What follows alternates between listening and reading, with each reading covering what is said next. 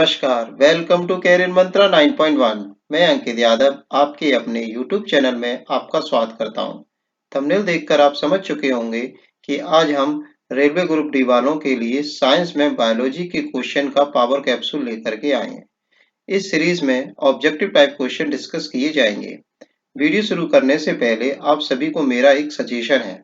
आप सभी के पास जीके की कोई बुक जरूर होगी, मतलब कि कंप्लीट जीके की बुक जिसमें कि सारे पोर्शन होते हैं, physics, chemistry, biology, history, polity, सारे पोर्शन होते हैं। ठीक है, तो उस कंप्लीट जीके की बुक से आप बायोलॉजी टॉपिक पढ़ लीजिए। इस काम को करने में आपको 2 से 3 दिन लगेंगे। फिर आप या फिर आपने बायोलॉजी किसी भी टीचर से पढ़ रखी होगी या फिर किसी बुक से पहले से पढ़ रखी हो, तब इन क्वेश्चनों को, ऑब्जेक्टिव क्वेश्चनों को आप जब लगाएंगे तो आपको बहुत ज्यादा बेनिफिट मिलेगा और आप इजीली रेलवे ग्रुप डी में अपनी एक सीट पक्की कर पाएंगे। आपका ज्यादा समय बर्बाद ना करते हुए चलिए बायोलॉजी की 9th क्लास शुरू करते हैं। इससे पहले 8th क्लासेस हो चुकी हैं जिसमें हम करीब 200 क्वेश्चन डिस्कस कर चुके हैं। अगर आपने अभी तक वो क्लासेस ना देखी हो तो देख लीजिए। आज की क्लास के फर्स्ट क्वेश्चन की तरफ हम चलते हैं। आज की क्लास का फर्स्ट क्वेश्चन है, श्वसन मूल मूल मिलती हैं, तो श्वसन मूल जो होती हैं वो निम्नलिखित में से किस में मिलती हैं? ऑप्शन है जूशिका में, मक्का में, पान में, इनमें से कोई नहीं। तो इस क्वेश्चन का राइट आंसर हो जाएगा जूशिका में। तो ए ऑप्शन इज राइट। इस क्वेश्चन का आंसर क्या हो जाएगा? A option is right. Next question की तरफ चलते हैं। निम्नलिखित में से कौन सा एक जड़ नहीं है? ऑप्शन है जड़ नहीं, बताना आपको क्या बताना है, जड़ नहीं है। ऑप्शन है शकरकंद, मूली, आलू, गाजर। ठीक है, तो देखो शकरकंद भी आपकी जड़ है, मूली भी जड़ है, आलू आपका क्या है, तना है, तो इसका सी ऑप्शन इज राइट।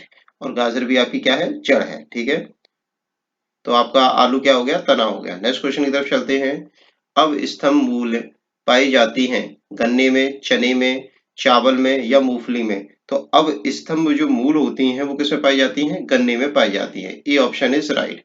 ऐसा होता है गन्ने में, जैसे कि गन्ने में आपने गौर किया हुआ, तो जैसे ये गन्ने का पेड़ है तो इसमें ये इस जगह से फाके होती हैं, तो इधर से आपकी जड़ें निकली रहती हैं इस तरह से, तो ये अब स्तंभ मूलें होती हैं। नेक्स्ट क्वेश्चन की तरफ चलते हैं। जड़ें विकसित होती हैं तने से, पत्ती से, प्रांकुर से या मूलांकुर से? तो इस क्वेश्चन का राइट आंसर हो जाएगा D option is right.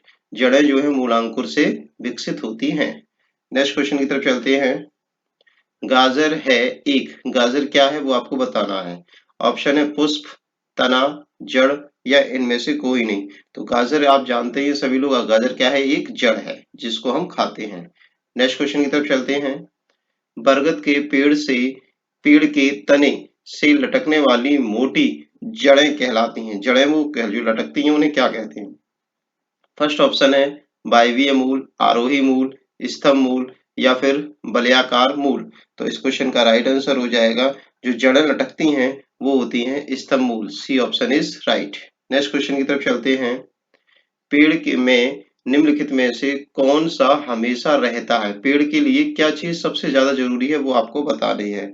Option पढ़ लेते हैं। पत्ती, जड़, कलिका, टहनियाँ। तो जड़ जो है पेड़ के लिए सबसे ज्यादा इंपॉर्टेंट, क्योंकि पूरा पेड़ जो है जड़ पर ही डिपेंड होता है। ठीक है, जड़ ही नहीं होंगी तो किस पे खड़ा होगा, कैसे भोजन पानी लेगा। ठीक है, नेक्स्ट क्वेश्चन है। आलू का खाने योग्य भाग कहलाता है। ऑप्शन है जड़, फल, तना, कलिका। तो तना जो होता है, जो हम आलू खाते हैं वो तना ही होता है। ठीक है, तो खाने भाग्य योग कौन सा हो गया, तना हो गया। C option is right. Next question की तरफ चलते हैं। नागफनी में प्रकाश संश्लेषी कार्य होता है पर्णकाय स्तंभ द्वारा, शलकंद द्वारा, धनकंद द्वारा या इनमें से कोई नहीं। तो इस क्वेश्चन का राइट आंसर हो जाएगा ए ऑप्शन इज राइट, पर्णकाय स्तंभ द्वारा। ठीक है, नागफनी में जो प्रकाश संश्लेषण की प्रोसेस होती है वो पर्णकाय स्तंभ द्वारा होती है। ठीक है, नेक्स्ट क्वेश्चन की तरफ चलते हैं। निम्नलिखित में से कौन सा एक तना है? ऑप्शन है तना बताना है, गाजर, मूली, आलू, ये सभी। तो आपको सभी को पता है आलू। ठीक है, C option is right. Next question देखते हैं।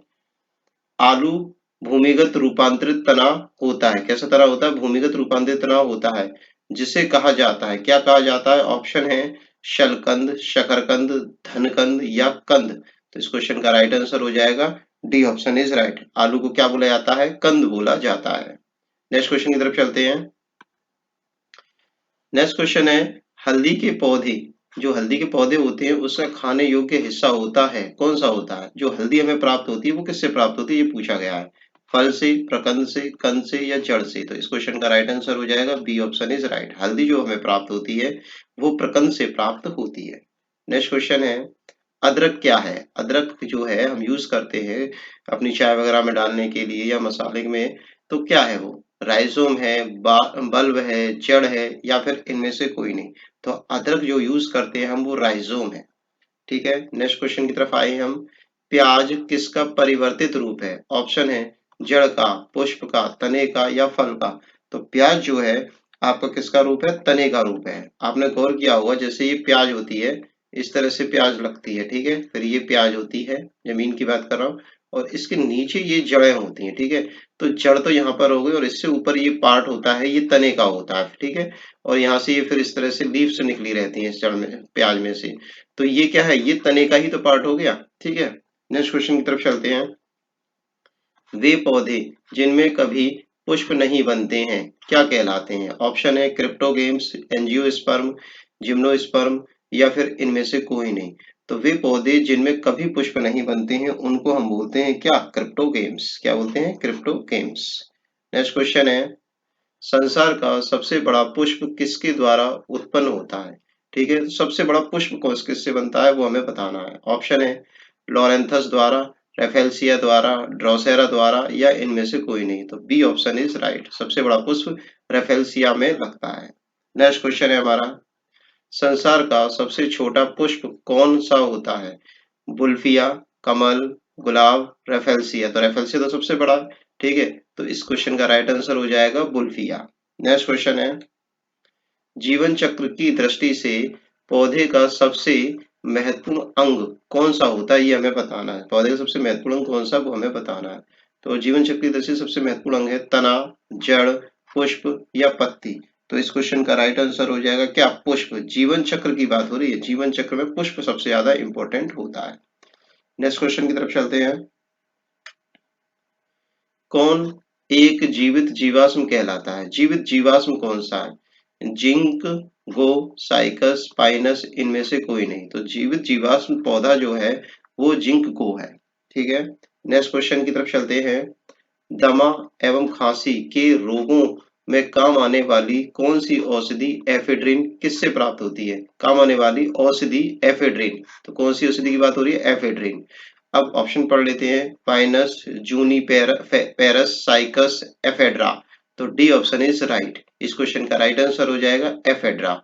जो दमा और खांसी के रोगियों के लिए काम आती है वो एफेड्रा से मिलने वाली एफेड्रिन काम आती है। नेक्स्ट क्वेश्चन की तरफ चलते हैं।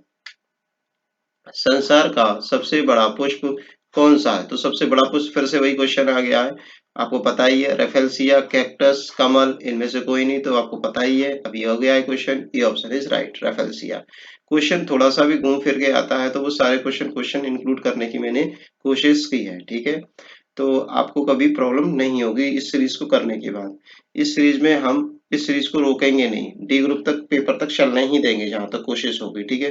तो मैं सोचता हूँ आपके कम से कम बायोलॉजी के 1000 क्रॉस अक्रॉस ही आपके क्वेश्चन में करा दूंगा और ज्यादा ही करा दूंगा, ठीक है। और हो सका तो इसके साथ ही में वन लाइनर क्वेश्चन की भी सीरीज लाने वाला हूँ, ठीक है। तो आप बस चैनल के साथ जुड़े रहिए और अपने फ्रेंड्स, जो पढ़ने वाले फ्रेंड्स हैं, उनको शेयर जरूर कीजिए। कम से कम एक बच्चे को शेयर कीजिए, ठीक है। नेक्स्ट क्वेश्चन की तरफ चलते हैं। सामान्यतः अंकुरण के लिए किसकी आवश्यकता नहीं होती है? अंकुरण के लिए किसकी जरूरत नहीं है? ठीक है, हवा, ताप, जल या फिर प्रकाश? तो इस क्वेश्चन का राइट आंसर हो जाएगा क्या? प्रकाश। क्यों नहीं होगी, समझिए बात को। अंकुरण के लिए, जैसे कि हमने जमीन है, जमीन के अंदर बीज पड़ा हुआ है, ठीक है। अब बीज को प्रकाश तो मिल नहीं रहा जमीन के अंदर, ठीक है। हवा, हवा क्या है? जमीन में पोर्स होते हैं उनके द्वारा जा रही है। ताप मतलब जमीन में ठंडा गर्म तो होता ही, आप भी जानते हो। जल हम दे ही रहे हैं, तो प्रकाश की जरूरत नहीं होती है, प्रकाश पहुंच ही नहीं पाएगा। नेक्स्ट क्वेश्चन की तरफ चलते हैं। किस पौधे में बीज होता है? ठीक है, किस पौधे में बीज होता है लेकिन फल नहीं होता है? ऑप्शन पढ़ लेते हैं, बादाम, साइकस, मूंगफली, ईख? तो इस क्वेश्चन का राइट आंसर हो जाएगा क्या? बीज नहीं होता है, ठीक है। हाँ, बीज होता है लेकिन फल नहीं होता है, तो इस क्वेश्चन का राइट आंसर क्या हो जाएगा? साइकस सही है, cycas B option is right. Next question की तरफ चलते हैं। किस पौधे का फल भूमि के नीचे पाया जाता है? फल जो है भूमि के नीचे होता है, ठीक है। अब देखिए फल क्या है, देखिए गाजर, आलू, देखो गाजर क्या है? आपकी जड़ है, ठीक है, फल नहीं है। आलू क्या है? आपका तना है। मूंगफली क्या है? एक फल है, ठीक है। तो सी ऑप्शन इज राइट, ठीक है, सी ऑप्शन इज राइट, ठीक है। आज की क्लास का लास्ट क्वेश्चन है, बहुत इंपॉर्टेंट क्वेश्चन है ये। नारियल का खाने योग्य भाग होता है, खाने योग्य भाग कौन सा होता है? ऑप्शन है भ्रूणपोष, पूर्ण बीज, बीजावरण या फलबत्ती। तो इस क्वेश्चन का राइट आंसर हो जाएगा ए ऑप्शन इज राइट। भ्रूणपोष नारियल का खाने योग्य भाग होता है जिसे हम खाते हैं। आपने अभी तक चैनल को सब्सक्राइब नहीं किया हो तो करिए, लाइक करिए और अपने किसी भी एक पढ़ने वाले फ्रेंड्स को इस वीडियो को जरूर शेयर कीजिए, ठीक है। Thanks for watching video, take care, bye bye, धन्यवाद।